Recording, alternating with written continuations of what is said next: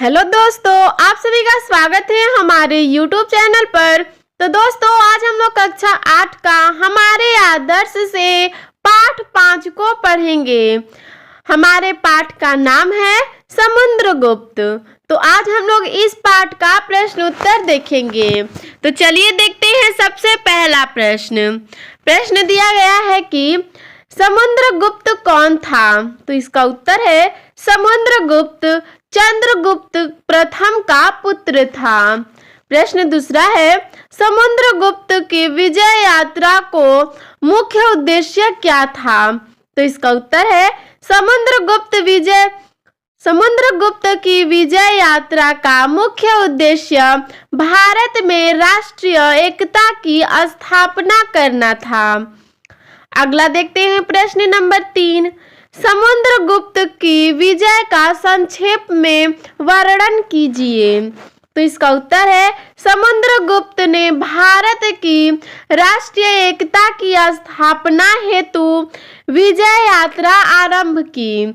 उसने उत्तर भारत के राजाओं को परास्त किया और उनके राज्यों को अपने साम्राज्य में मिला लिया। उसके साहस और पौरुष की चारों ओर चर्चा होने लगी। अपनी सेना का संचालन वह स्वयं करता था और एक सैनिक की भांति युद्ध में भाग लेता था। धीरे धीरे उसने पूर्व में बंगाल तक अपना राज्य फैलाया। पूर्वी तट के द्वीपों पर आक्रमण के लिए उसने नौसेना का गठन किया। अब देखते हैं अगला प्रश्न 4 नंबर है अश्वमेध यज्ञ किसे कहते हैं। इस अवसर पर समुद्रगुप्त को क्या उपाधि दी गई थी। तो इसका उत्तर है अश्वमेध यज्ञ में एक घोड़ा छोड़ा जाता था और सेना उसके पीछे चलती थी। यदि कोई घोड़ा पकड़ लेता था तो राजा उससे युद्ध करता था, अन्यथा जब घोड़ा विभिन्न राजाओं की सीमाओं से होकर वापस आता था तब यह यज्ञ पूर्ण माना जाता था और राजा दिग्विजयी समझा जाता था।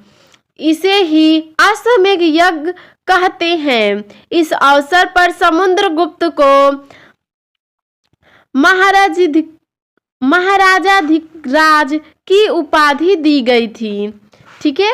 अब देखते हैं अगला प्रश्न 5 नंबर समुद्रगुप्त की शासन व्यवस्था का संक्षेप में वर्णन कीजिए। तो आइए इसका उत्तर देखते हैं। समुद्रगुप्त की शासन व्यवस्था इतनी सुदृढ़ थी कि उसके लगभग 50 वर्ष की शासन काल में किसी भी क्षेत्र में न अशांति हुई और न किसी ने साम्राज्य के विरुद्ध विद्रोह करने का साहस किया। उस समय उत्तर भारत में सती प्रथा का प्रचलन था। समुद्रगुप्त ने न केवल इस सती प्रथा को समाप्त किया वरन महिलाओं की मर्यादा और प्रतिष्ठा को भी यथोचित महत्व प्रदान किया। उस समय खेती और व्यापार उन्नत दशा में थे। भारत भूमि धन धान्य से परिपूर्ण था। अब देखते हैं अगला प्रश्न 6 नंबर समुद्रगुप्त के शासन काल को स्वर्ण युग क्यों कहा जाता है। तो इसका उत्तर है समुद्रगुप्त शासन के संचालन में स्वव्यवहार, न्याय, समानता, ठीक है, समता और लोक कल्याण पर अधिक ध्यान देता था। उस समय खेती और व्यापार उन्नत दशा में थे। नहरों एवं सड़कों का जाल सा बिछा था। भारत धन धान्य से परिपूर्ण था। पूर्ण धार्मिक स्वतंत्रता थी।